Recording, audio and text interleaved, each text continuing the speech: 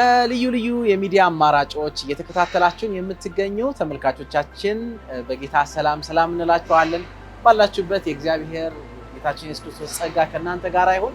እየተከታተላችሁ የምትገኙት ሆፕ ቻናል ኢትዮጵያ ነው። አብራችሁን ለመቆየት ፈቃዳችሁ ሆኖ ባላችሁበት ስፍራ ሆናችሁ ጆሮአችሁን ስለዋሳችሁን እጅግ በጣም አድርገን እናመሰግናለን። በዚህ መሰናዷችን እንደምትባረኩ ተስፋ እያደረግን ገና ከወዲሁ እስከ ፕሮግራማችን ፍጻሜ ድረስ አብራችሁን ዝለቁያን በጌታ ፍቅር እንጠይቃችኋለን። በጌታ የተወደዳችሁ በተስፋ ተነሱ በሚል ልዩ ርዕስ የወንጌል ስርጭት ፕሮግራም እየተካሄደ ነው የሚገኘው ናይጄሪያ ሌጎስ ላይ። እግዚአብሔር ወዶና ፈቅዶ በሰጠን በዚህ ባየሩ ላይ ደግሞ ሁላችን ባለንበት ቦታ ሆነን የዚህ በረከት ተካፋይ ልንሆን እግዚአብሔር አድሎናል። ስለዚህ እግዚአብሔር የተመሰገነ ይሁን። እኛም እንደ ሆፕ ቻናል በተለየ መልኩ ይሄንን ፕሮግራም በየቀኑ ወደ እናንተ እያደረስን ነው የምንገኘው። ስለዚህ ተመልካቾቻችን፣ አድማጮቻችን፣ በሶሻል ሚዲያም የምትከታተሉ ተከታታዮቻችን ባላችሁበት እግዚአብሔር ይባርካችሁ። አሁንም ከኛ ጋራ ሁኑ እንላችኋለን። በሚኖረን ቆይታ ዛሬ በተለየ መልኩ የልዩ የሆነ የጤናን ትምህርትና እንደዚሁ ደግሞ ቃለ እግዚአብሔርን ይዘንላችሁ ነው የምንቀርበው። ዶክተር ቺዲ ዛሬ በተለየ አይነት መልኩ ተለመደው ለማለት ይከብዳል። በተለየ አይነት መልኩ እንደገና ዛሬ ይዘውልን የቀረቡት ርዕሰ ጉዳይ ደግሞ ከጭንቀት ከዚህ ከድባቴና ከፍርሃት ጋር በተገናኘ የሚያነሱት ሐሳብ አለ እና ብዙዎቻችንን የሚዳስስ ለብዙዎቻችን ደግሞ ትልቅ በረከት የሚሆን ትምህርት ይዘውልን ይቀርባሉ። ዶክተር ቺዲ እግዚአብሔር ይባርካቸው። መጀመሪያ እሱን ይዘንላችሁ ወደ እናንተ እንቀርባለን። ከዛ በማስከተል ደግሞ ፓስተር ፖል ዳግላስ ደግሞ በእሳት የተፈተነ እምነት በሚል ርዕስ ግሩም የሆነ መልእክት ይዘውልን ቀርበዋል እና በዚህ ባለንበት ዘመን ጌታችን ክርስቶስ ሊመጣ ባለበት በደጅ ባለበት ዘመኑ ወደ ፍጻሜ እየመጣ ባለበት ሰዓት ዛሬ እምነት ያስፈልጋል። ይሄ እምነት ግን ዝም ብሎ ይመጣ አይደለም። በእሳት የነጠረ የወጣ እምነት ያስፈልጋል። እንደ ወርቅ የነጠረ ማለት ነው። እግዚአብሔር ይርዳል። ይህንን በተመለከተ የሚያስተምሩን ትምህርት ይኖራል። ስለዚህ እሱን እንከታተላለን። በጌታ የተወደዳችሁ እንግዲህ እነዚህን በረከቶች እንድትካፈሉ እየጋበዝናችሁ ወደ ፕሮግራሙ እንመራችኋለን። ወደ ፕሮግራሙ ስትሄዱ ፕሮግራሙ ሲጀምር ምናልባት በሚነሱ ሐሳቦች ላይ ጥያቄ ቢኖራችሁ ሐሳብ ቢኖራችሁ ጻፉልን፣ ደውሉልን። በተለይ ደግሞ መጽሐፍ ቅዱስን የበለጠ ለመማር ለምትፈልጉ ደግሞ እንደዚሁ እንድትደውሉልን እና መልእክት እንድትልኩልን እንጋብዛችኋለን። አሁን በቀጥታ ወደ ፕሮግራሙ እመራችኋለሁ። እግዚአብሔር ይባርካችሁ። ጌታ ኢየሱስ ሁላችንም ይባርከን። የጌታ መንፈስ ደግሞ ነገሮችን ሁሉ ይግለጥልን። መልካም የበረከት ጊዜ ይሁንላችሁ።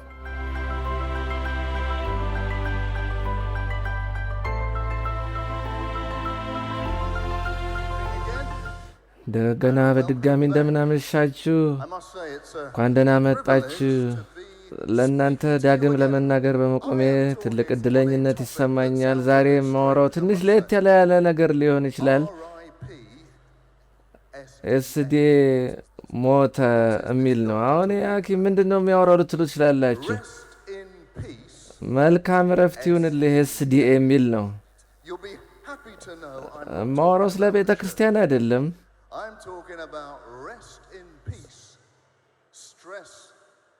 ማወራው ስትረስ፣ ውጥረት፣ ዲፕሬሽን፣ ድባቴና ጭንቀት እነዚህ ሶስቱ ሞቱ የሚል ነው። እነዚህ መሞታቸው ጥሩ ነው አይደል? አዎ።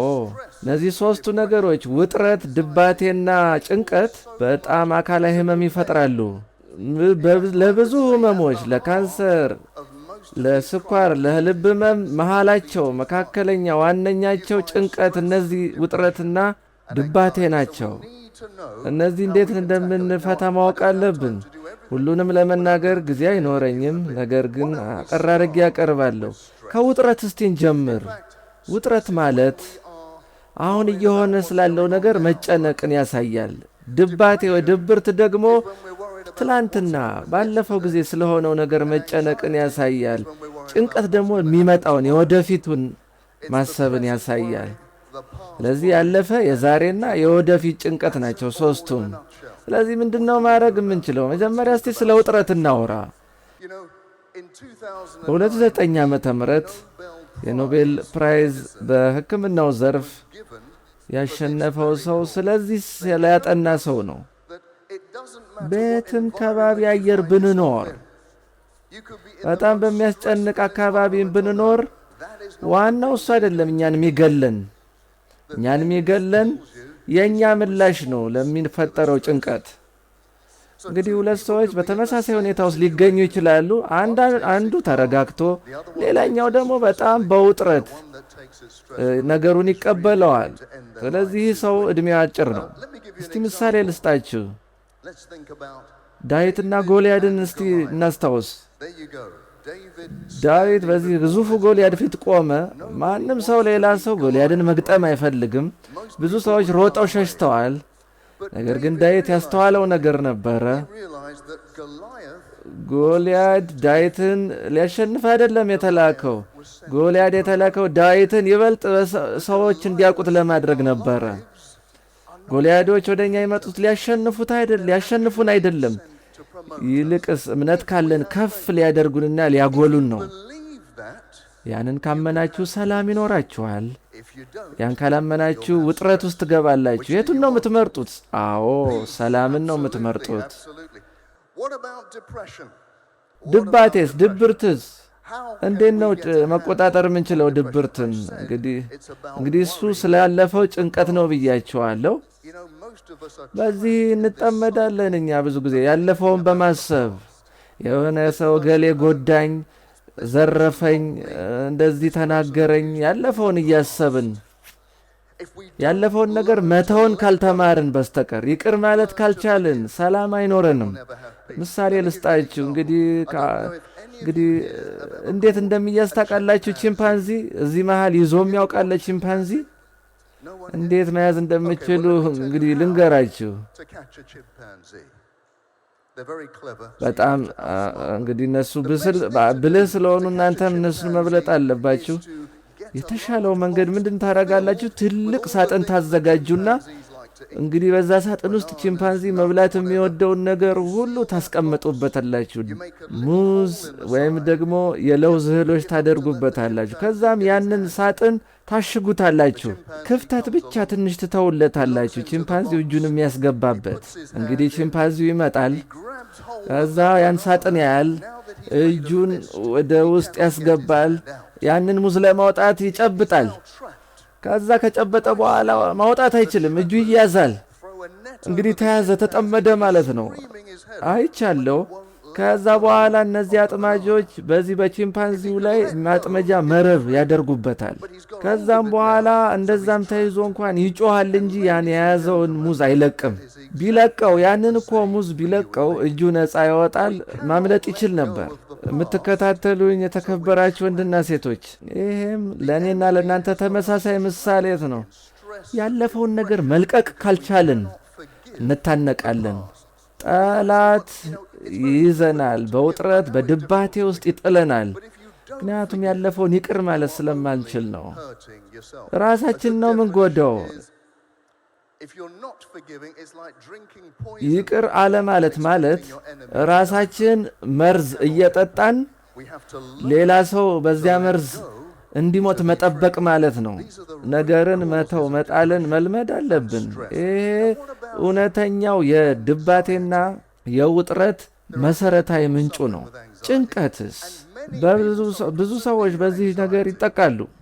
አንድ ነገር ልንገራችሁ። በሁሉም ጉዳዮች ጭንቀትን በሚያመጡ ከባድ ሁኔታ በጭንቀት የምትጠቁ ከሆነ ያለፈውን ነገራችሁ የተፈጠረውን ችግር ባለመፍታታችሁ የሚመጣ ነው። ጥሩ ምሳሌ ሰጣችኋለሁ። እኔ ገና ጀማሪ ዶክተር እያለሁ ሐኪም እያለሁ በድንገተኛ ክፍል ነበር ምሰራው። በጣም ግዙፍ ሰውዬ፣ ሰውነቱ ሁሉ በንቅሳት የተሞላ በትዕግስት ይጠብቃል። ከዛ ጠራሁት። ምን ልረዳህ እችላለሁ አልኩት። ሐኪሙ ዶክተር ጣቴ ውስጥ ስንጥር ገብቶብኛል አለ። እባክህን ስንጥር ከጣቴ ላይ አውጣልኝ እባክህ አለኝ። ከዛ በኋላ እንግዲህ ማደንዘዣ ጣትህን ወገዋለሁ አልኩት። ምን ማለት ነው ዶክተር? አደነዝዝሃለሁ ማለት? ጣትህን ወጋለሁ ህመሙ እንዳይሰማህ ለማደንዘዝ። ዶክተር ግን እኔ መርፌ አልወድም አለ። ግን ሰውነቱ ሁሉ እኮ በንቅሳት ተሞልቷል። ግን ከእሱ ጋር ክርክር ውስጥ አልገባሁም፣ ምክንያቱም በጣም ገዘፍ ያለ ሰው ነው ከኔ።